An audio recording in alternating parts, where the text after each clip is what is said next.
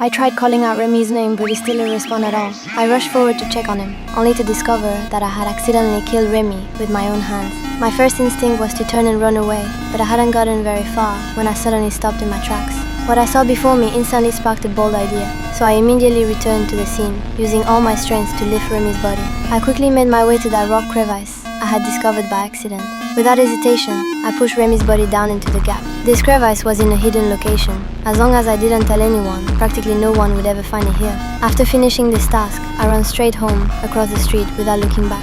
However, at that moment, I suddenly realized my digital watch was missing, but I didn't dare go back to look for it, because if someone spotted me, I'd be in serious trouble. When Remy's mother noticed her son hadn't come home after a long time, she came to ask me about it, since we often played together. To avoid being found out, I deliberately pointed in the opposite direction, but even after the family searched for hours, they couldn't find Remy. Soon, news of Remy's disappearance spread throughout the entire town. It not only alarmed the local police and countless residents, but missing person announcements were also playing on repeat on television. My mother thought I was worried about Remy, never knowing that I was the one responsible. Unfortunately, what I feared most still happened. The next day, police officers came to take me in for questioning. When faced with the stern interrogation, I remained completely calm. I told them I had only seen Remy pass by the front of his house, and I knew nothing else about what happened. Since they couldn't get any useful leads, the police had no choice but to conduct a systematic search around the town. But after all that searching, they still came up empty-handed. The third day brought the annual Christmas Eve. Everyone could see that Remy's father was heartbroken,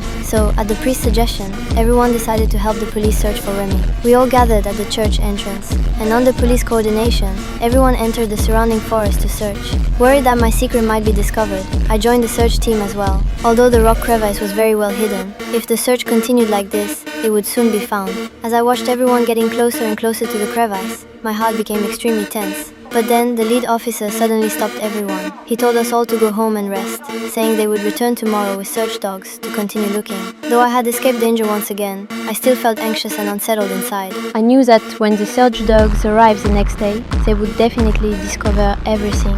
I had planned to confess everything to my mother, but after hesitating repeatedly, I went back upstairs instead.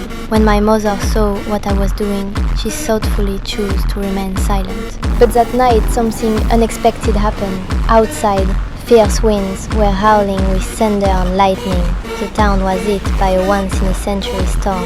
Terrified, I quickly slammed the door shut. My mother was just about to come comfort me when suddenly a large tree crashed through the window, hitting her right in the head. She immediately collapsed to the ground, unconscious. Just as I was panicking, raging flood water suddenly burst through the door into the house.